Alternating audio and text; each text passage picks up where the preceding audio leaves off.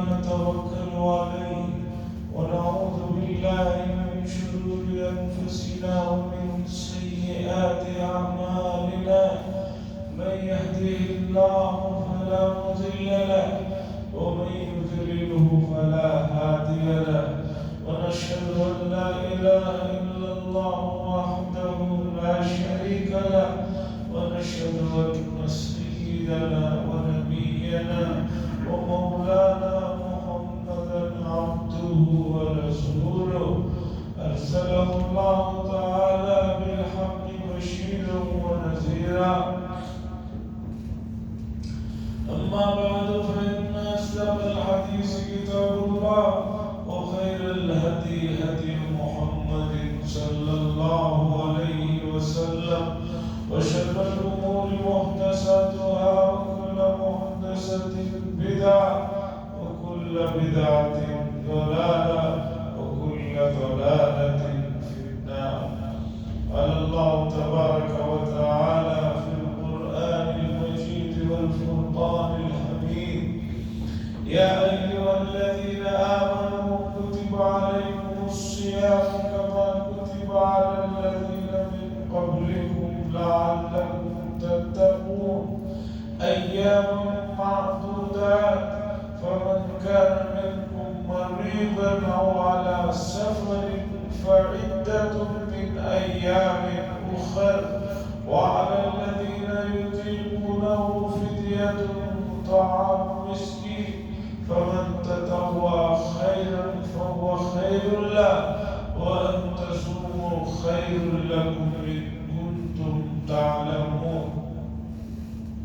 وقال صلى الله عليه وسلم: من صام إيمانا واحتسابا غفر له ما تقدم من ذنبه أو كما قال صلى الله عليه وسلم. عزیزان محترم، اللہ کے پیارے اور لاڈلے بندو، اللہ کا فضل ہے، اس کی مہربانی ہے کہ اس نے ماہ مبارک کی یہ پہلی جمعہ اور پہلا روزہ اور اس پہلے روزے میں پہلی جمعہ میں اس کے گھر میں اس کی عبادت کے لیے ہم سب لوگوں کو جمع فرمایا. توفیق بڑی دولت ہے اور توفیق کی نعمت اور یہ دولت اللہ انہی کو عطا فرماتے ہیں جو اس کے لیے خواہش رکھتے، اس کی طلب رکھتے، اور جن لوگوں کے یہاں طلب نہیں ہوتی تو دنیا کی معمولی چیز بھی ایسے لوگوں کو نہیں ملتی. دنیا کا دستور ہے جو آدمی جس چیز میں دلچسپی لیتا ہے اسے وہ چیز ملتی. جب دنیا کی معمولی چیزوں کی دلچسپی کے بغیر، چاہت کے بغیر، آرزو کے بغیر نہیں مل سکتی تو اللہ کی عبادت، اس کی بندگی، اس کے دربار میں سر جھکانے کی سعادت بڑی دولت ہے. یہ دولت کی جنہیں طلب ہوتی ہے اللہ انہیں یہ دولت عطا فرماتے ہیں.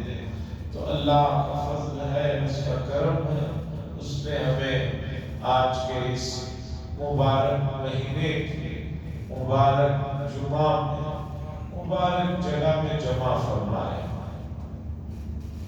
حضرات، ہر چیز کو جانچنے کے آلے آ چکے ہیں، ہر چیز کو ناپنے کی، پہچاننے کی مشنری آ چکی ہے. گرمی ناپ لی جاتی ہے جبکہ گرمی نظر آنے والی چیز نہیں ہے کہ کتنے ڈگری گرمی ہے. اسی طرح ہر چیز جو ہے ناپنے کی، اسے جانچنے کی مشنری آ چکی ہے. پانی جو ہم پیتے اسے بھی جو ہے جانچا جاتا ہے کہ بھی یہ کس درجے کا پانی ہے. ابھی وضو خانے میں جس پانی سے وضو کر رہے ہیں وہی پانی بازو فلٹر ہو کر آ رہا ہے، دونوں کو آپ لے کر اس مشین سے ناپیں گے تو پتہ چلے گا کہ دونوں میں کتنا فرق ہے۔ دیکھنے میں ظاہری طور پر کوئی فرق نظر نہیں آتا۔ وضو جو پانی سے کیا جا رہا ہے اس کا نمبر آتا ہے، جانچ کرنے والے دکھاتے ہیں مشین سے 400، لیکن وہی پانی فلٹر میں ہو کر آ رہا ہے تو 40 بلکہ 35 نمبر دکھاتا ہے، ایک دم 10 گنا فرق آ جاتا ہے۔ تو اسی طرح گزرے ہوئے زمانوں میں اولیاء کرام نے یہ بات لکھی ہے اپنے مشاہدے سے، اپنے تجربے سے، کہ امت کے اندر اگر یہ دیکھنا ہے کہ دینداری اور اللہ سے محبت کی تڑپ کو دیکھنا ہے تو ماہ مبارک میں جاؤ اور ماہ مبارک کے ماحول کو دیکھو۔ اگر ماہ مبارک میں یعنی رمضان میں اور دنوں کے مقابلے میں لوگوں میں مساجد میں دلچسپی بڑھ گئی ہے، تعلق بڑھ گیا ہے، تو سمجھو کہ روحانیت زندہ ہے اور ایمان کی حرارت باقی ہے۔ اور اگر دیکھو کہ بھئی رمضان میں اور غیر رمضان میں کوئی خاص فرق نظر نہیں آ رہا ہے تو سمجھ جاؤ کہ روحانیت ختم ہو چکی ہے اور اللہ سے جس درجے کی محبت ہونا چاہیے اس درجے کی محبت نہیں ہے۔ مجھے بڑے دل کے ساتھ کہنا پڑ رہا ہے، یہ ماہ مبارک کی پہلی جمعہ ہے، پہلا روزہ ہے، جمعہ کا دن بھی ہے اور پہلا روزہ بھی ہے۔ مجھے نہیں لگ رہا ہے کہ پچھلی جمعہ اور اس جمعہ میں کوئی خاص فرق لوگوں کو دیکھنے سے اندازہ ہو رہا ہے۔ پچھلی جمعہ میں بھی اتنے ہی لوگ اسی وقت میں نظر آ رہے تھے، آج کی جمعہ میں بھی اتنے ہی لوگ مسجدوں میں اسی انداز میں نظر آ رہے ہیں۔ تو رمضان اور غیر رمضان کا کوئی فرق نہیں رہ گیا ہے، اور یہ چیز اچھی نہیں ہے، یہ چیز جو ہے انتہائی نقصان دہ ہے۔ عزیزان گرامی، پوری امت کی اجتماعی ذمہ داری ہے کہ لوگوں کو طاعات کی طرف رغبت دلائے، لوگوں کو نیکیوں کی طرف ترغیب دے اور ان کو ابھارے اور ان کو جو ہے اللہ سے ان کے تعلق کو ملائیں، جوڑیں۔ اور اگر ایسا نہیں ہوتا ہے تو یہ صرف کسی ایک کا نہیں بلکہ پورے مجموعے کا، پوری انسانیت کا، پوری دنیا کے لیے یہ نقصان کی بات ہے۔ عزیزان گرامی، رمضان مبارک کے سلسلے میں کچھ باتیں گزشتہ جمعہ بھی آئی۔ اللہ نے فرمایا، اے ایمان والو، تم پر روزوں کو فرض کیا گیا ہے جیسے کہ تم سے پہلے بھی امتوں پر روزوں کو فرض کیا گیا تھا۔ اور یہ فرض کرنا کس لیے ہے؟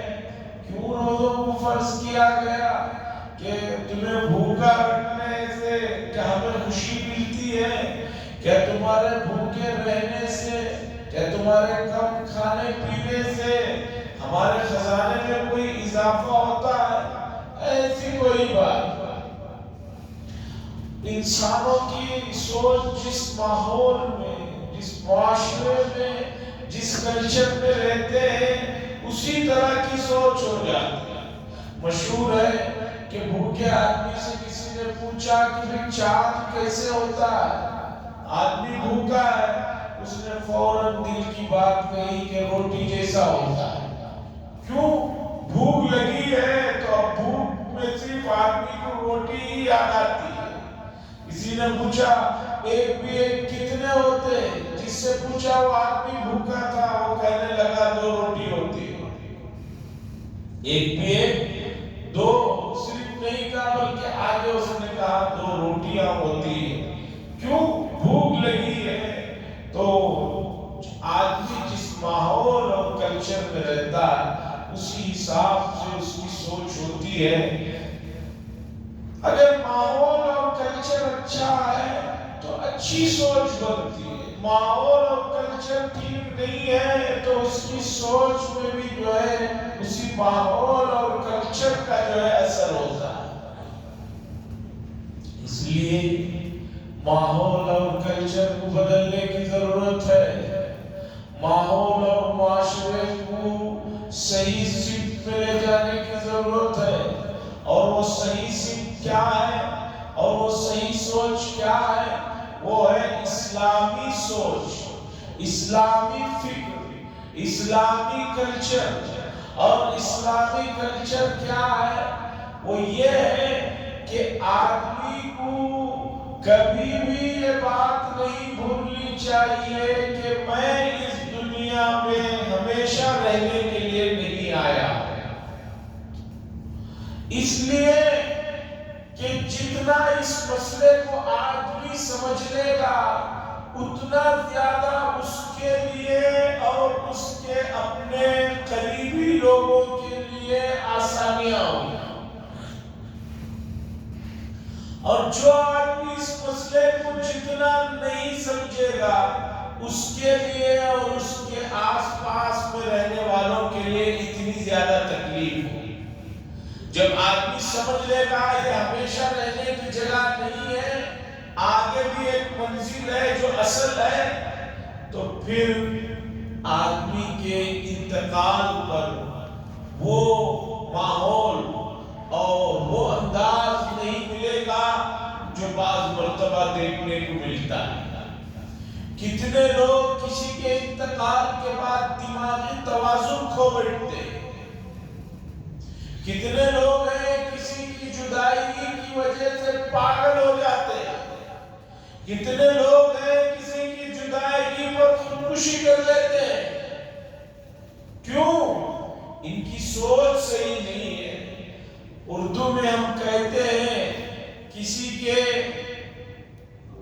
مرنے پر جو لفظ استعمال کیا جاتا ہے وہ ہے انتقال، کہ بھی فلاں صاحب کا انتقال ہو گیا. انتقال کے معنی ہے شفٹ ہو گئے، یہاں سے دوسری جگہ شفٹ ہو گئے. لفظ انتقال میں ختم ہونے کے معنی نہیں ہے کہ ایک آدمی ختم ہو گیا، نہیں. انتقال کے معنی ہے کہ ایک آدمی دوسری جگہ شفٹ ہو گیا. اب اس محلے میں تھے، اب اس محلے میں شفٹ ہو گئے. اب اس شہر میں تھے، اس شہر میں شفٹ ہو گئے. اس ملک میں تھے، اس ملک میں شفٹ ہو گئے. تو شفٹ ہونا تو کوئی معیوب بات نہیں. آپ کا لڑکا انڈیا سے امریکہ شفٹ ہو جاتا ہے تو کیا آپ کو یہ برا لگتا ہے؟ بلکہ آپ کو اچھا لگتا ہے کہ میرا لڑکا ایک بہت ہی ترقی یافتہ ملک میں جو ہے شفٹ ہوا ہے. آدمی فخر سے بتاتا ہے کہ بھئی میرا لڑکا الحمدللہ ویزا مل گیا، UK میں شفٹ ہو گیا ہے، USA میں شفٹ ہو گیا ہے، سعودی میں شفٹ ہو گیا ہے. ہزاروں کلومیٹر دور وہ بچہ منتقل ہو رہا ہے، لیکن ماں باپ کو معلوم ہے، رشتہ داروں کو معلوم ہے، سوچ صحیح ہے کہ جہاں شفٹ ہوا ہے وہ اس سے اچھی جگہ ہے. تو اسی طریقے پر اس دنیا سے بہت بہت اچھی ایک اور دنیا ہے. آدمی وہاں شفٹ ہوتا ہے، اسے انتقال کہتے ہیں، منتقل ہونا کہتے ہیں. اگر اسلامی سوچ صحیح ہے تو آدمی کو خوش ہونا چاہیے کہ بہت اچھی جگہ یہاں سے وہاں.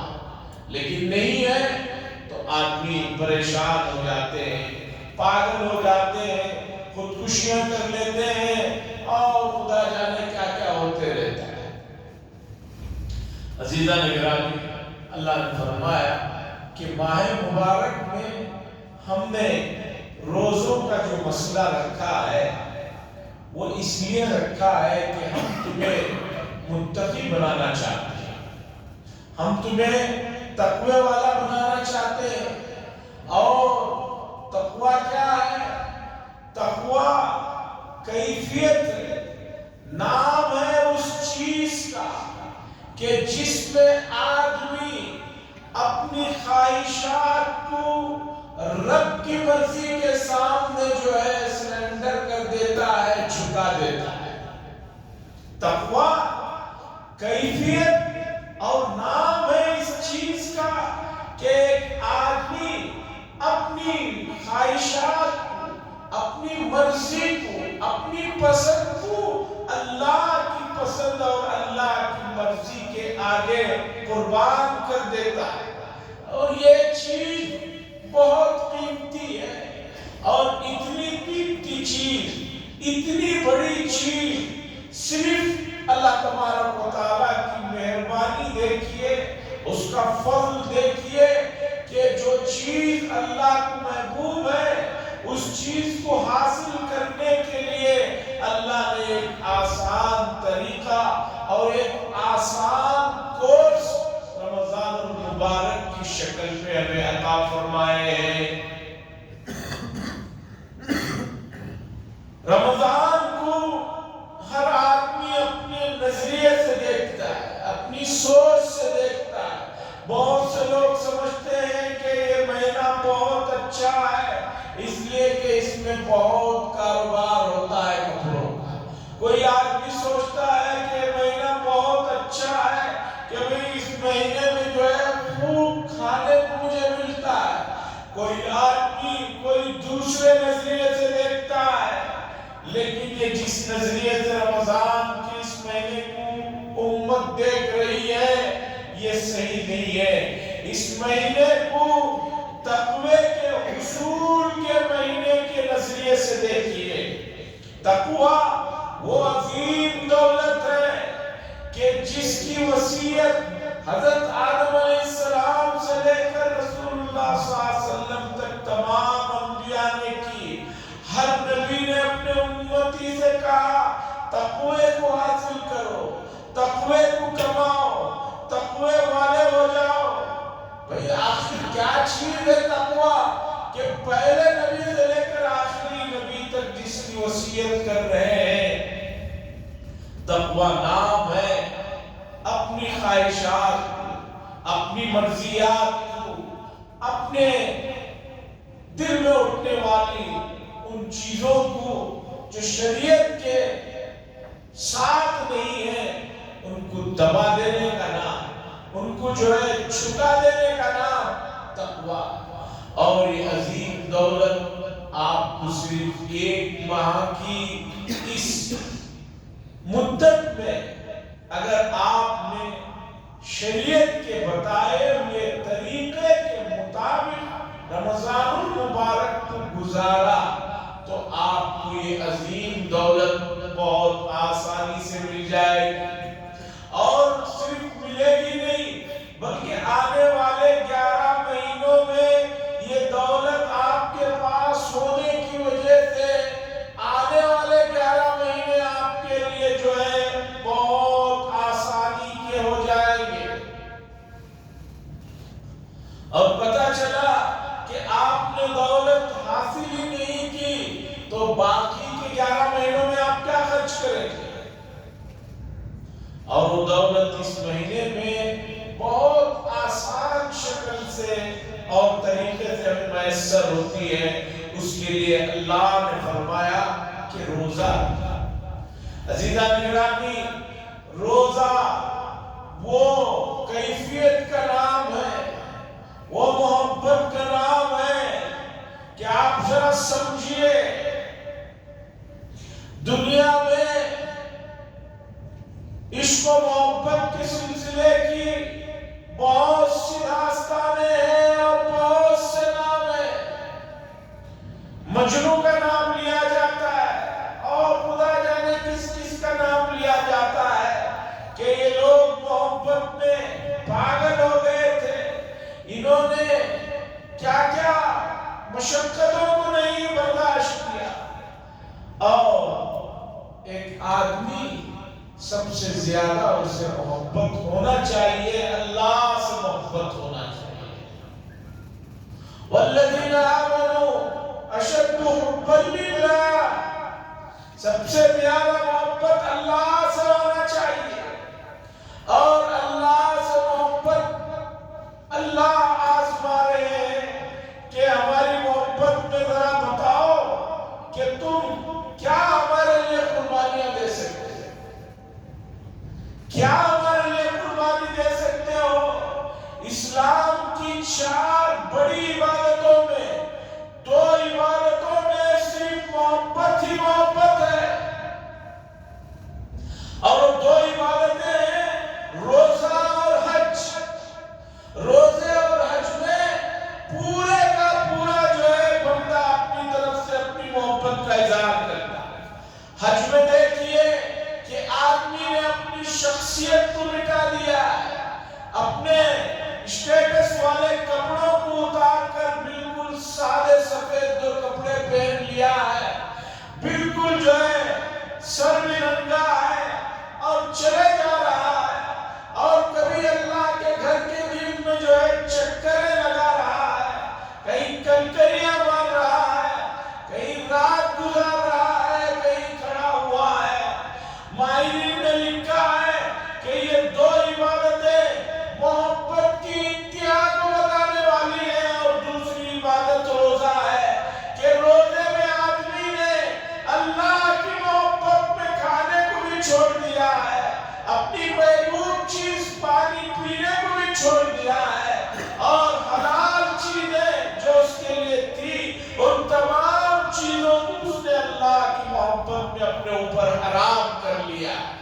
عزیزان گرامی، جو لوگ یہ کہتے ہیں اسلام محبت کا مذہب نہیں ہے، وہ غلط کہتے ہیں۔ وہ ذرا سوچیں کہ اسلام کی 4 بنیادی عبادتوں میں 2 عبادتیں حج اور روزے میں تو محبت ہی محبت بھری پڑی ہے کہ آدمی اللہ کی محبت میں سب کچھ قربان کرنا۔ اور اگر اس قربانی سے اسے خوشی نہیں ہو رہی ہے، اسے لذت نہیں مل رہی ہے، اسے فرحت نہیں محسوس ہو رہی ہے، تو سمجھیے کہ ایمان میں کمزوری ہے، ایمان میں ضعف ہے، ایمان میں جو ہے وہ شدت نہیں ہے جو ہونی چاہیے۔ دنیا کے معمولی عاشقوں کی داستانوں میں لکھا ہوا ہے کہ انہوں نے اپنے محبوب کی رضا کے لیے کیا کیا کام کر گئے اور ان کو اس سے خوشی ہو رہی تھی۔ ذرا بتائیے کیا کوئی بندہ اسے اللہ سے بڑھ کر کسی سے محبت ہو سکتی ہے؟ اگر ہوئی ہے تو سمجھیے کہ وہ شرک میں مبتلا ہے۔ اللہ چاہتے ہیں کہ اللہ کے بندے اس سے زیادہ کسی سے محبت نہ کرے۔ محبت کا تقاضا ہے کہ اس مرضی مولا کے آگے آدمی اپنے آپ کو جو ہے جھکا دے۔ عزیزان گرامی، ماہ مبارک میں رمضان کے جو روزے ہیں، روزوں کو آپ جو ہے اللہ کی محبت کی نگاہوں سے دیکھو۔ روزے کو صرف بھوکا رہنے کا عمل نہ سمجھو، اور روزے کو دیکھو کہ اس روزے کی وجہ سے آپ کو تقوی کی دولت مل رہی ہے۔ سودا بہت سستا ہے، یہ جو ڈیل ہو رہی ہے بہت سستی ہے۔ یہ آپ کو صرف فجر سے لے کر مغرب تک ایک مخصوص انداز میں رہنا ہے۔ اس مخصوص انداز میں رہنے کی نعمت بدلے میں آپ کو تقوی مل رہا ہے۔ عزیزان گرامی، تقوی کی دولت کے لیے گزشتہ زمانوں میں انبیاء کے متبعین بڑی لمبی محنتیں مجاہدے کیا کرتے تھے۔ آج اس امت محمدیہ پر اللہ کے رسول صلی اللہ علیہ وسلم کی دعائیں، آپ کے صدقے طفیل سے اللہ نے بڑی دولتوں کو بہت آسانیوں کے ساتھ دیا۔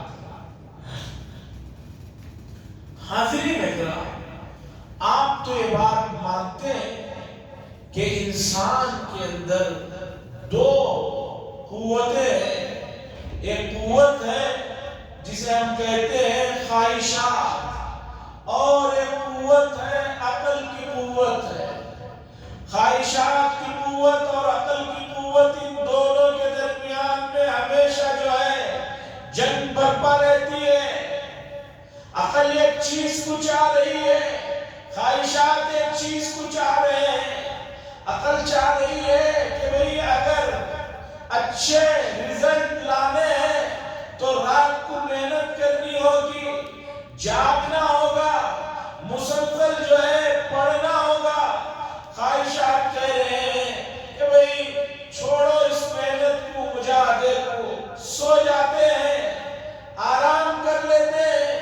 تو عقل اور خواہشات کے درمیان میں ہمیشہ جنگ رہتی ہے، اور آپ جانتے ہیں کہ خواہشات کی دنیا ایسی ہے کہ اس کی کوئی انتہا نہیں ہے۔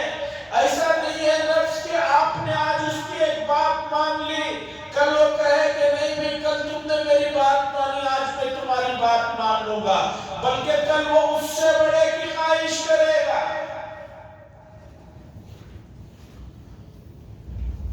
اور آدمی خواہشات نفس میں تباہ و برباد ہو جاتا ہے۔ عقل کا تقاضا ہے کہ عقل جو ہے اس خواہشات کو تابع کرتی ہے، اسے دباتی ہے۔ تو عزیزان گرامی، روزے کی جو قوت ہے، اس کا جو مقصد ہے وہ یہ ہے کہ عقل کو جو ہے طاقتور بنایا جائے، عقل کو جو ہے حاکم بنایا جائے، خواہشات کو دبانے کی اتنی قوت دی جائے، اور جو لوگ ماہ مبارک کو صحیح ڈھنگ سے شریعت کے مطابق گزار لیتے ہیں، پورے 11 مہینوں میں ان لوگوں کے لیے کبھی بھی نفس جو ہے وہ عقل سے آگے نکلنے کی کوشش نہیں کرتا، بلکہ عقل جو ہے اسے دبا کر رکھتی ہے، اور جو ہے روحانیت اسے جو ہے دبا کر رکھتی ہے۔